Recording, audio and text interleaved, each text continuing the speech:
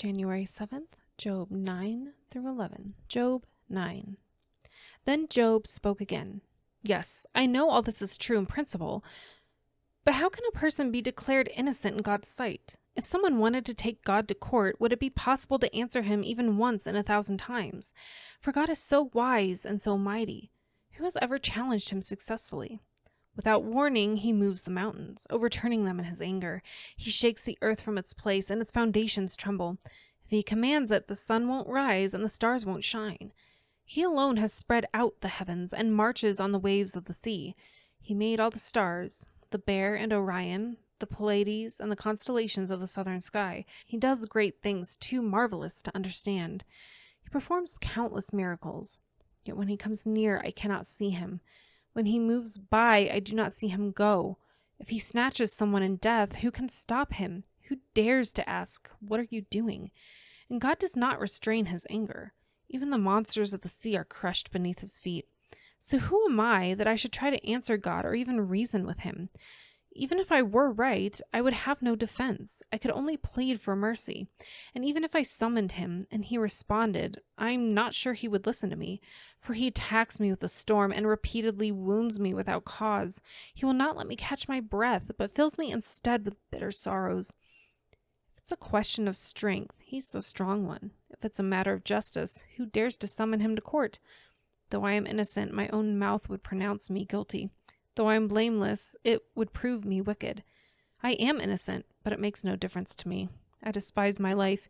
Innocent or wicked, it is all the same to God. That's why I say he destroys both the blameless and the wicked. When a plague sweeps through, he laughs at the death of the innocent. The whole earth is in the hands of the wicked, and God blinds the eyes of the judges. If he's not the one who does it, who is? My life passes more swiftly than a runner. It flees away without a glimpse of happiness. It disappears like a swift papyrus boat, like an eagle swooping down on its prey. If I decided to forget my complaints, to put away my sad face and be cheerful, I would still dread all the pain. For I know you will not find me innocent. Oh God, whatever happens, I will be found guilty. So what's the use of trying? Even if I were to wash myself with soap and clean my hands with lye, you would plunge me into a muddy ditch, and my own filthy clothing would hate me. God is not mortal like me, so I cannot argue with him or take him to trial. If only there were a mediator between us, someone who could bring us together. The mediator would make God stop beating me, and I would no longer live in terror of his punishment. Then I could speak to him without fear, but I cannot do that in my own strength. Job 10. I am disgusted with my life. Let me complain freely. My bitter soul must complain. I will say to God, don't simply condemn me. Tell me the charge you are bringing against me. What do you gain by oppressing me? Why do you reject me, the work of your own hands, while smiling on the schemes of the wicked? Are your eyes like those of a human?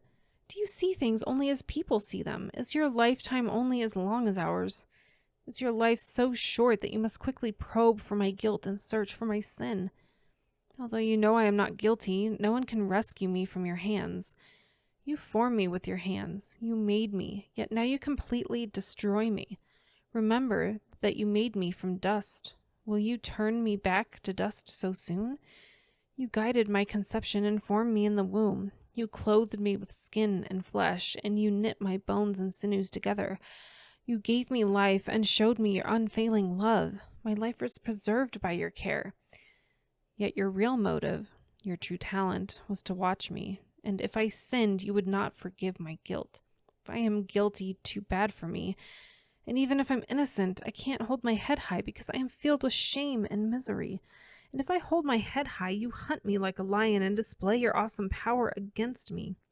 Again and again you witness against me.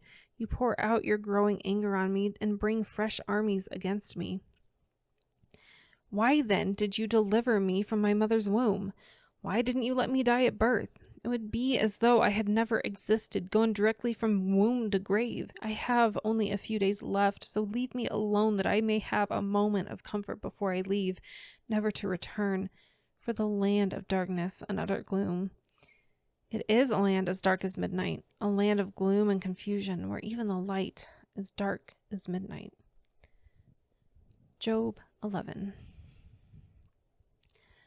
Then Zophar the Naamathite replied to Job, "Shouldn't someone answer this torrent of words? Is a person proved innocent just by a lot of talking? Should I remain silent while you babble on? When you mock God, shouldn't someone make you ashamed? You claim, 'My beliefs are pure, and I am clean in the sight of God.' If only God would speak, if only he would tell you what he thinks, if only he would tell you the secrets of wisdom, for true wisdom is not a simple matter. Listen, God is doubtless punishing you far less than you deserve. Can you solve the mysteries of God? Can you discover everything about the Almighty? Such knowledge is higher than the heavens. And who are you? It is deeper than the underworld. What do you know? It is broader than the earth and wilder than the sea. If God comes and puts a person in prison or calls the court to order, who can stop him? For he knows those who are false, and he takes note of all their sins. An empty-headed person won't become wise any more than a wild donkey can bear a human child. If only you would prepare your heart and lift up your hands to him in prayer. Get rid of your sins and leave all iniquity behind you. Then your face will brighten with innocence. You will be strong and free of fear. You will forget your misery. It will be like water flowing away. Your life will be brighter than the noonday. Even darkness will be as bright as morning. Having hope will give you courage. You will be protected and will rest in safety. You will lie down unafraid, and many will look to you for help. But the wicked will be blinded. They will have no escape. Their only hope is death."